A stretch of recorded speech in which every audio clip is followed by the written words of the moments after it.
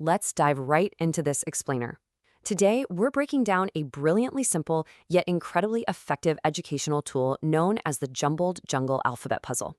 We're going to look at exactly how this activity takes basic phonics, which, let's be honest, can sometimes feel like a dry, repetitive chore for young learners, and totally transforms it into a thrilling, immersive quest. If you've ever struggled to keep kids engaged with their ABCs, well, you're going to want to pay close attention to the structural magic happening right behind the scenes of this game. Just listen to this opening line. Adventurers, we've stumbled into the jumbled jungle. That brilliant little phrase does some very heavy lifting right out of the gate. By, loudly whispering it, you immediately hook the kids. You're instantly immersing them in a narrative. Suddenly, you're no longer just an adult or a teacher asking them to do a task. You've literally transformed yourself into their enthusiastic explorer guide. And this shift in dynamics, it's huge. It completely removes the pressure of learning time and replaces it with the pure excitement of story time. So part 1, setting the jungle scene. Let's see how we set this up. The requirements for this are wonderfully minimal. By clearly defining the rules, the energetic adult explorer and the eager kid adventurers, and simply scattering some large, colorful alphabet cards haphazardly across the floor, you achieve something pretty remarkable. You instantly turn a regular, mundane room into a completely interactive learning landscape. The actual physical mess of the cards literally becomes the jumbled jungle. It's tactile, it's visual, and it disrupts their normal environment in the absolute best way possible. Now, once your landscape is set, you've got to give the game a purpose, right? Telling the kids, oh no, a mischievous monkey has swiped our alphabet path and scrambled it all up, introduces a really vital narrative element. It's a fictional problem and actually a fantastic excuse for the mess on the floor. This gives the children a clear, high-stakes goal. They aren't just reciting letters anymore. They are on a massive mission to rebuild the path from A to Z so they can find their way back to Alphabet Base Camp. It's a full-on rescue mission, and they are the only ones who can save the alphabet. That brings us to part 2, the Alphabet Rescue Mission. This right here is the actual engine of the Jumbled Jungle. First, you ask them to find the leader of the pack, the big, brave A, and place it right at the start. Then you immediately prompt them with, what comes after A? Buh-buh-buh? Notice that subtle phonetic clue there? Finally, the kids scramble to be the absolute first to literally pounce on the B. This step-by-step sequence creates continuous momentum. You're using focused questioning to seamlessly guide the kids from finding one letter right into searching for the next.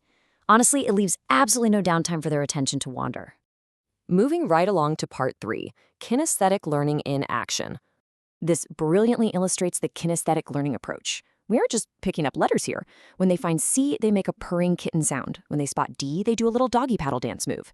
Finding M means rubbing their tummy and saying, What we're doing is mapping the visual letter to a physical action and an auditory sound.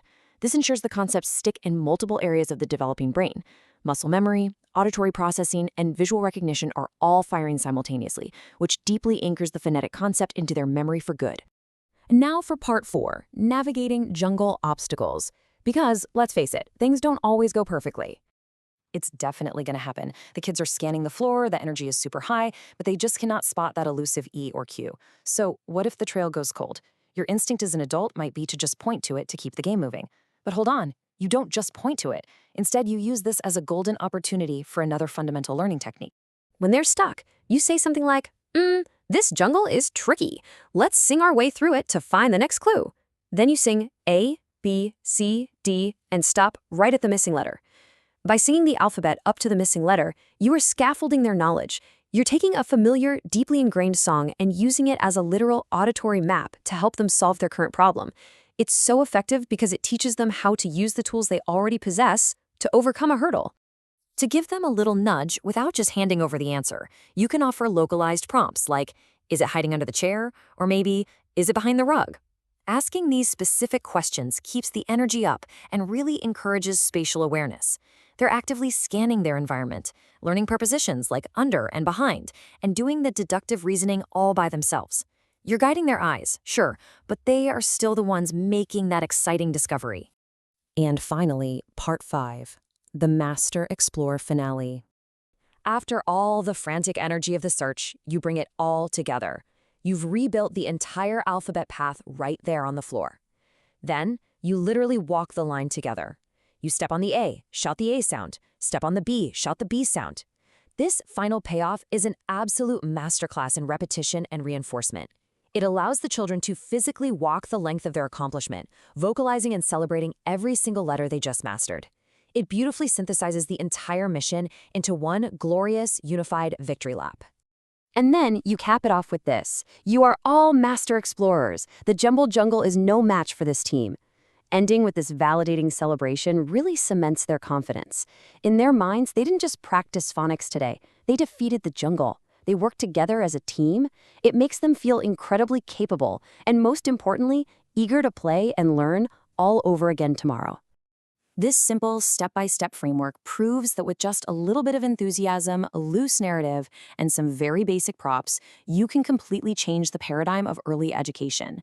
You literally have the power to turn any chaotic, messy space into a powerful, unforgettable learning adventure.